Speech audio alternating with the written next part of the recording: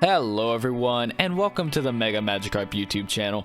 This channel is dedicated to deeper details and build potential within Destiny 2. Today's episode is on the Life Exotic. This will be a review for an exotic piece of gear and its utility in PvE, PvP, Gambit, as well as any intricacies or build potential that is associated with that piece of gear. If you haven't subscribed already, be sure to subscribe and hit the bell icon to be alerted when any video comes out. Hello everyone, welcome back to the Mega Magikarp YouTube channel. I'm Michael, and this is a review of the Sanguine Alchemy exotic chess piece. I say review in quotation marks because I'll skip the hyperbole. I like this exotic a lot, and I have a lot of ways you can incorporate it and run it. And this is also kind of an extension of my Tommy's Matchbook review, since the two exotics just go so well together. One last really sweet thing to go over before we get into the actual review. If you've been playing since the last season at the very least, and you got the high stat rolled season pass armor that dropped from there, this review actually uses a lot of those armor pieces and even uses the collection rolled to Sanguine Alchemy. So if you've been playing for a bit, you can recreate this exact setup that I'm doing to a T, try it for yourself, make your own tweaks, and hopefully just never die, since that's kind of the idea. And the best part is, the entire build is subclass neutral. And while I think each subclass has a particular skill tree it works best with, you can do this with whatever Warlock skill tree you want. So let's get into the builds, and a quick reminder, if you enjoy these brews and if you want to see more, like the video, subscribe to see more of these, and comment on what exotic you want to see me do, because I might just take you up on it. So let's dive into what makes this work, starting with the Sanguine Alchemy exotic itself and its exotic perk. The perk Blood Magic reads, weapon kills while standing in any rift, pause the rift cools down, extending its duration. Further kills maintain and extend the length of the pause. No, it does not work with Well of Radiance. Let's get that out of the way. Unfortunately, this is not the exotic you're looking for. That's Phoenix Protocol. A quick spoiler for the rest of the review, I still think this exotic is phenomenal on that subclass though. So you read the perk and you think, alright, so my rift lasts a few more seconds, seems pretty good, but I'm always running around to different places, this doesn't seem very helpful. And admittedly, yes, that is the biggest blow to this exotic. You don't get a lot of use out of it in strikes on a lower level of difficulty due to how quickly you blow through the mobs, and once you get into the higher nightfall difficulties, you have the ability to use this a bit more, but it's not quite as much to the power level that I'd like. I still think it's good, I still think it's strong, but depending on what your team needs and composition are, Felwinter's Helm, Sunbracers, Karnsteins, Winter's Guile, Transversives, Lunafactions, and of course the Phoenix Protocol. All of these may be more relevant and powerful for what you're attempting, but in a vacuum, without any team composition to consider, I still think this is a decent choice in 100k Nightfalls. I'm not sure how relevant it'll be for Grandmasters since they're not out just yet, but their grossly overpowered enemies might make it a little bit difficult even with a perpetual healing rift. PvP, I think this exotic can be customized for it. I focus my PvE section on this video in almost its entirety, but considering most non-Titan characters spec for recovery and a lot of hunters spec for mobility and recovery in particular, you can probably go and be that guy and empowering Rift and Revoker body shot people. And if you do that, go with Devour Warlock and you'll be a huge nuisance to your opponents in quick play. You can also do Ariana's Vow to do the same kind of thing, but the real focus for the video is for PvE, and the real winner for this exotic is any type of PvE arena type encounter. Gambit, Menagerie, Reckoning, Escalation Protocol, the current Seraph Tower public event, basically anything you have to run to one spot, kill ads, move to another spot, rinse, repeat. That's where Sanguine Alchemy really shines, just by the nature of the way the encounters in the game are made. You can easily get to a point where you can have a rift last the entirety of an encounter and then some. Take a Seraph Tower as an example. When you're on a point, assuming you have teammates that grab the balls, you can clear up ads for days and not give a second thought to your health even if they're all focusing on you. Especially since the weapon that I paired with this just does so much damage. The weapon being Tommy's Matchbook. Tommy's Matchbook, Season Pass exotic weapon. If you haven't seen the review for it, it'll be up in the corner to click on and in the description down below. And the reason I picked this weapon is the absolute absurd interaction these two have together. Tommy's Matchbook, quickly go over it. Exotic perk ignition trigger reads, sustained fire with the weapon overheats it, increasing damage but burning the user. That damage increase is literally double of the base damage. And with how many things you can easily kill with that damage output, you can extend a rift duration to near indefinite. So you basically get a weapon with rampage times 10 for free. It's pretty absurd. To go along with this, I chose to run a sniper rifle into kinetic slot, mostly just because Tommy's Matchbook has a little bit of an issue with firing at range, and there's a few different options that I've enjoyed that are relatively easy to get. Tranquility you can farm on the moon, Dread Adventure you can get from regular Gambit, farming in Menagerie, and with the Gambit research frame from Ada 1, Long Shadow drops from Commander Zavala if you run strikes, also drops from the Vanguard research frame from Ada, and lastly, in case we need to switch out the loadout, we have Izanagi, just in case we get to a situation where we need to switch to a primary weapon that has an anti-champion mechanic and we don't have a need for an exotic heavy weapon. Since the Sanguine Alchemy that comes from collections is void, you can also go with Mountaintop, and admittedly yes, the Mountaintop, Recluse, Wendigo, or Anarchy loadout is possible to run on this and do well. I personally find the literal, range of Recluse to be a little underwhelming. I like Matchbook a little more for the reach it has for hitting things, which partially just because Ignition Trigger's raw damage output makes even Master of Arms look tame, but also just because the fact that auto rifles in general have better range than SMGs. Alternatives to Matchbook that you can run in the energy slot, I really love Risk Runner for particular encounters. Hive Fights, Bergusia Forge, anything with an abundance of arc. Risk Runner can literally just make this loadout float together so well. Since you're even more unkillable, you trade some of the raw single target damage output from Matchbook for Chain Lightning and hitting multiple targets simultaneously, and you're just so tanky it takes a bunch of repeated hits from multiple adds or several self-destruction enemies just to take you out.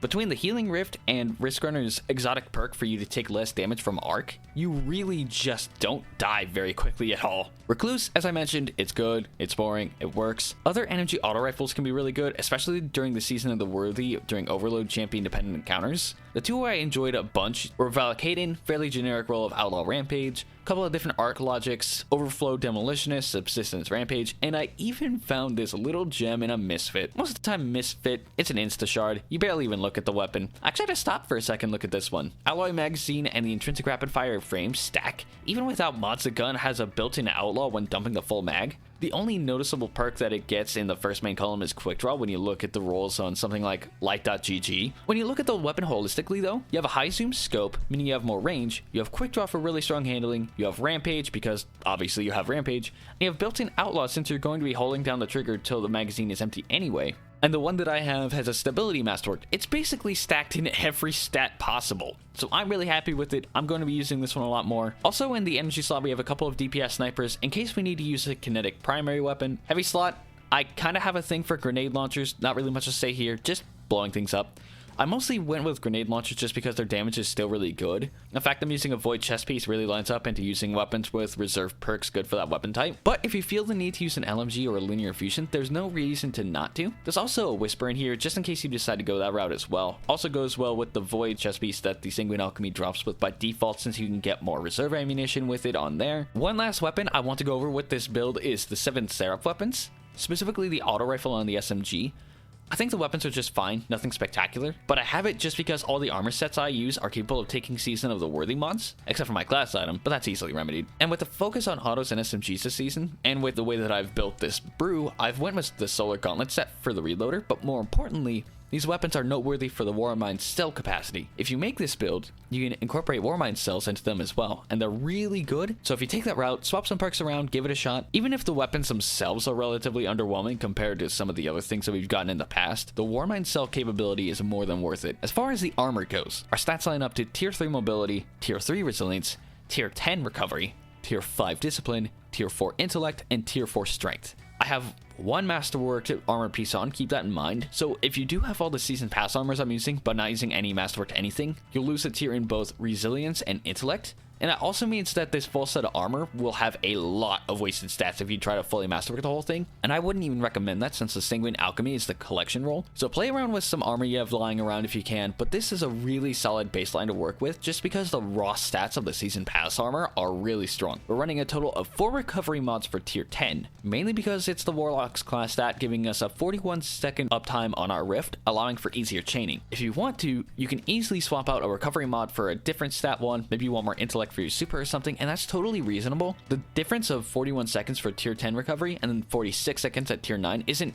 backbreakingly different. Plus, if you decide to masterwork more of these pieces, eventually you can drop one of the recovery mods anyway since you'll just naturally surpass what would be tier 11 recovery. So you can have as little as 2 recovery mods and hit tier 9 and allocate those ability mods elsewhere. On the helmet, it's the void one from last season, we have one of the recovery mods and sniper rifle ammo finder in there for a total of 7 energy used. I personally really stingy with my heavy ammo, and I'm a little more willing to spend my sniper ammo, but if you're a little heavier on the heavy weapon plan, or if you go with a double grenade launcher build, then obviously switch that out for something that's a little bit more tailored to your needs. Gauntlets, these are the solar ones from this current season pass. Recovery mod number 2 and auto rifle reloader only takes tier 5. If you go with SMG loader, it's tier 6. This one has the most room for additional changes, fastball, momentum transfer, or if you decide to run a 7 syrup weapon, some of the seasonal mods will work here as well. Sanguine Alchemy, obviously the chest piece. I put this to tier 6, a little higher than what I like to do for a collection roll, but that's what it took to get a discipline mod and a sniper rifle reserves. Boots, these are again the Void season pass boots from last season. These are personally what I want to masterwork the most out of all of my armor pieces that I have. Recovery mod number 3 and a sniper scavenger, kind of a bit of a throwaway slot there at the end. Currently using sniper rifle dexterity, but this is the next slot I would use for a Warmind mod slot, or maybe just another scavenger perk. Last item is probably the one that I would like to mess around with more. This one is actually a fully masterworked one from Season of the Undying, so I'm not able to put on any current season mods on this one, but this one has recovery mod number 4 and double dynamo. Given the opportunity, this is where I would take a recovery mod off and a dynamo mod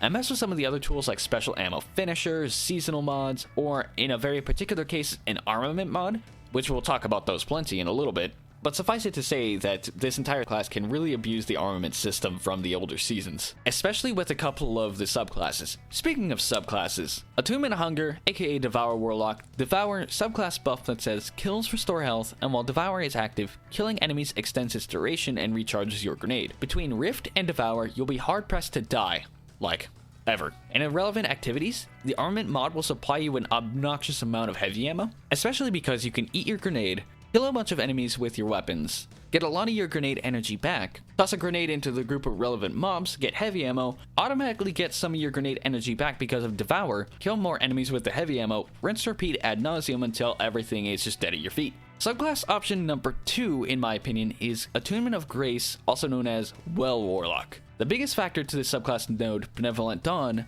where anyone that's buffed or healed by you gives you grenade melee and rift energy.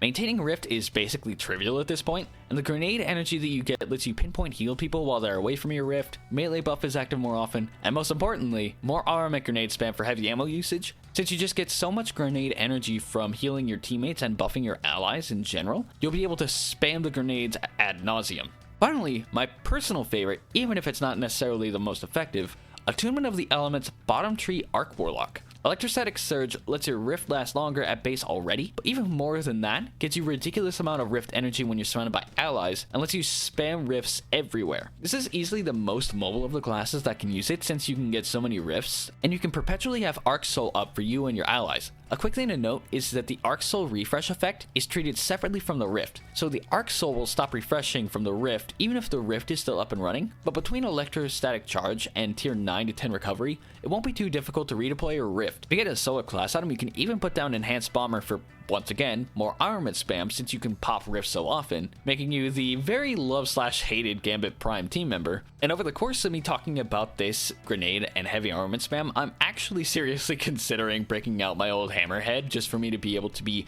that guy in Gambit Prime with this build. And that is how I built my Sanguine Alchemy Warlock for Season of the Worthy. I hope you enjoyed the video, and I'll see you on the next one.